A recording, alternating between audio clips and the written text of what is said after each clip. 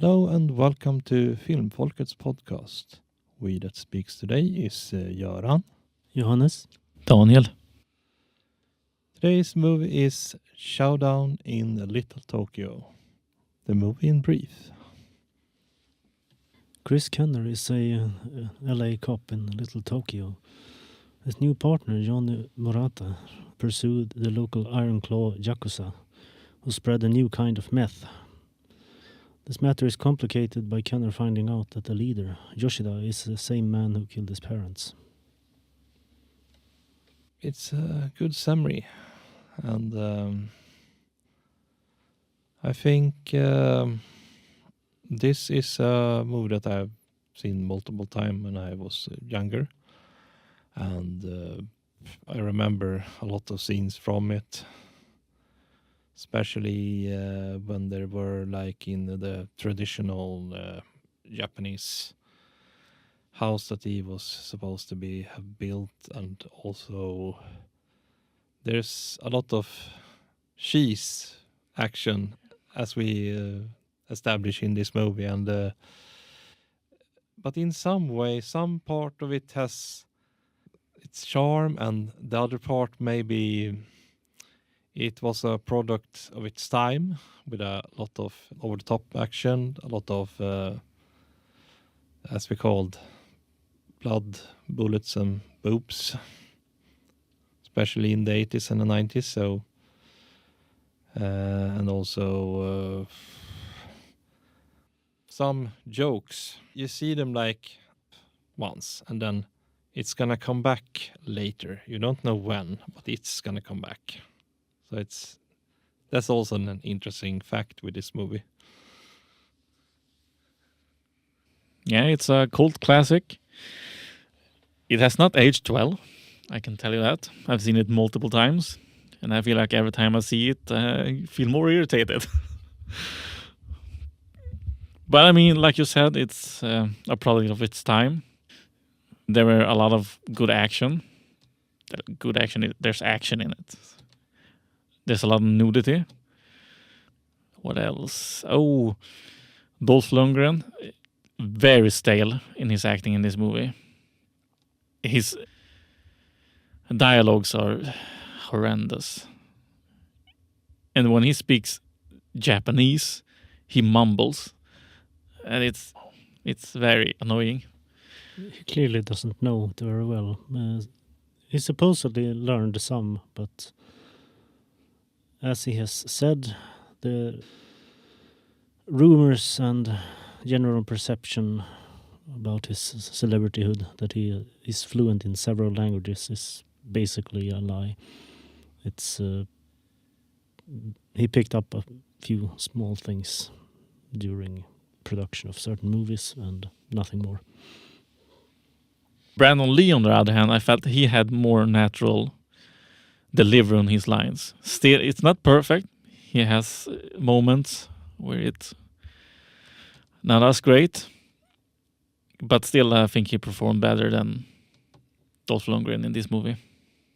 Yeah, it's noteworthy because as Brandon Lee, he didn't get all that many roles, but he demonstrates some comedic timing and stuff like that. It's pretty typical of a buddy cop movie, with a little comedy, a little action, and stylistically it's very much an over-the-top action. And I read that the director was going for a very deliberate approach there to make it like a comic book, really exaggerated. And apparently the studio cut about 10 minutes of the movie, and it apparently suffered a lot for it. Yeah, because I can feel the pacing of this movie is a disaster. I feel it goes way too fast. Yeah, it should have been longer, or they should have structured it better, because I think it suffers because of that too. Yeah, I really reacted to the fact that the movie is about an hour and 17 minutes, I think. And that sort of running length usually is due to it being cut down. by the studio. For a $8 million budget movie, it pulled in about $2 million. Even so, it has a cult following. The soundtrack is full of this very, let's call it peculiar, kind of a synth music that's extremely late 80s, early 90s certain movies, and this is one great example of that. It has a number of returning motifs, let's say. That's the way you announce the presence of the bad guys and that kind of a thing. It's I'd like to know more about how they make that kind of decision. I feel like the music was kind of a mess. I mean, it's not bad, but it's not good either. It doesn't have a clear identity. Like you say, it's a product of its time and therefore has this extremely noteworthy soundtrack that you really wouldn't find in other kinds of movies. It feels like a kind of a Frankenstein motif where they've put several motifs into one. This is what came out. That's what it sounds like to me, at least. I mean, I don't mind the music as much. Maybe it's just my nostalgia talking, and also I'm very much into both metal and sort of synth music, so maybe that's why I like it, and also it's mostly nostalgia. But I agree with most things that there's a lot of cheese in this movie. So I mean, if you take it as just as it is, it's enjoyable in its own way. If you accept what kind of a movie it is and don't try to make it more than that. I recognized Minako's actress Tia Carrere from Wayne's World and the old Relic Hunter TV show. Oh, and True Lies. Yeah. She's been in a lot of movies. A lot of action movies. She's a good actress.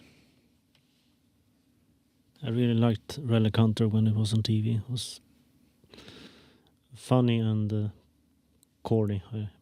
Let's say I knew it was silly, but it was enjoyable. That was one of those series that got cut short, right? Yeah, I think so. If I believe I was watching it too, and it just abruptly ended, if I remember correctly. I was wondering what could have been done differently and other thoughts. I was kind of struggling to articulate the issue, but I was thinking that Brandon Lee's character, basically, you could have done a lot more with his role there.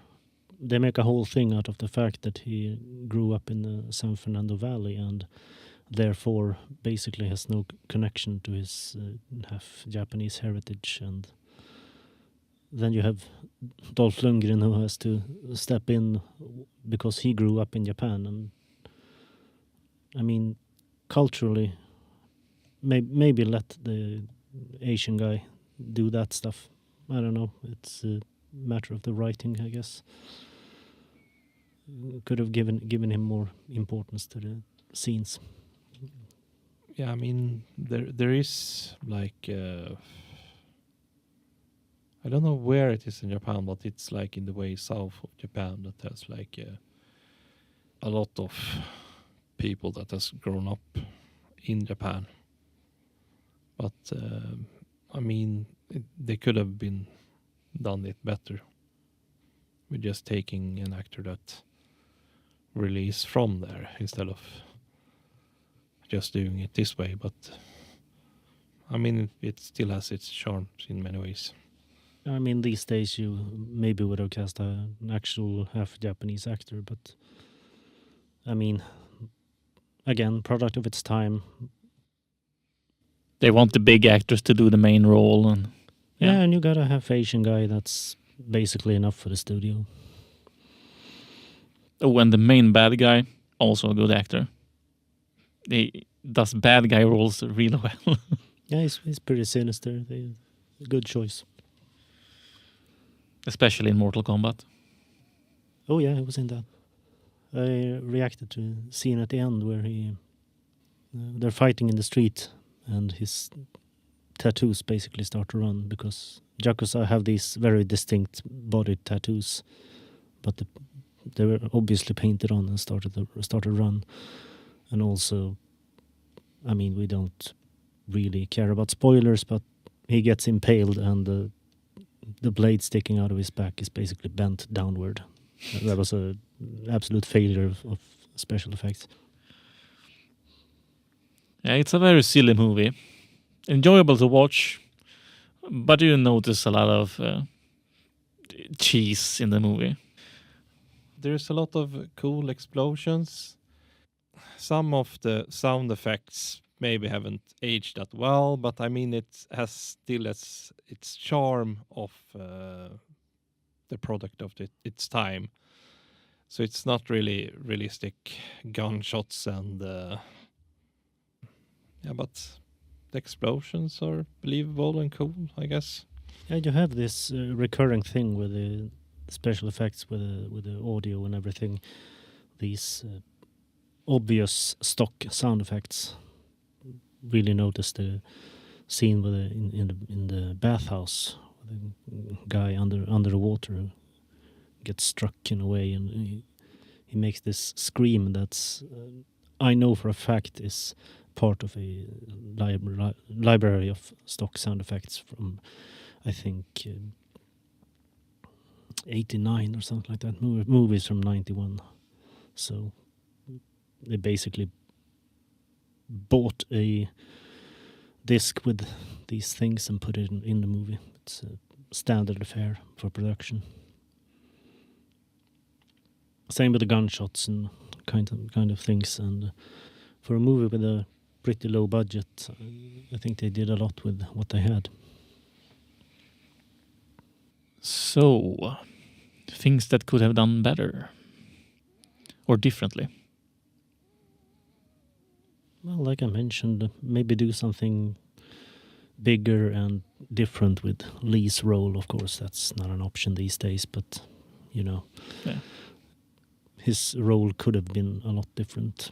But all right, he has a place as a sidekick, and I think it's an interesting dynamic having Dolph Lundgren as the expert, so to speak. It's a peculiar choice. Yeah, I agree with you on that note. They should have stretched the movie out a little bit more, give Brandon some more space, develop his character a little more. Also, improve the pacing of the movie. Choreography was good, and I think that's down to one of the people playing a Yakuza being I don't want to say expert, but he had some experience with these kinds of things and was consulted about it. Besides that, was inspired to mention that if we would like to watch a movie where let's say, Western guy encounters Japanese culture and brings it back home and does things with the criminals, there's also the option of watching Rutger Hauer's Blind Fury, which is an interpretation of the long-running Satoichi movies. All right. Yeah, that sounds like an interesting movie to watch. Well, I wish you all goodbye for this time. Don't forget to watch, like, and subscribe, and follow our social. See you next time. Goodbye. Bye-bye.